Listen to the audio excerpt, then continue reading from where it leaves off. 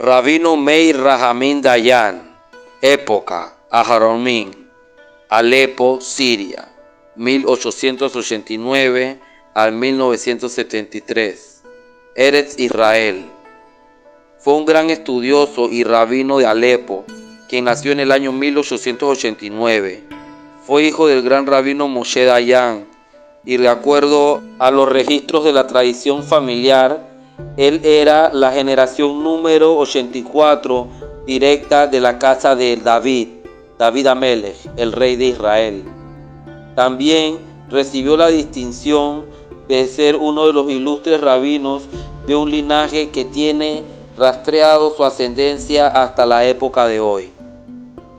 En sus últimos años se movió a Eretz Israel y se instaló en Tel Aviv, donde continuó sus estudios y prácticas piadosas.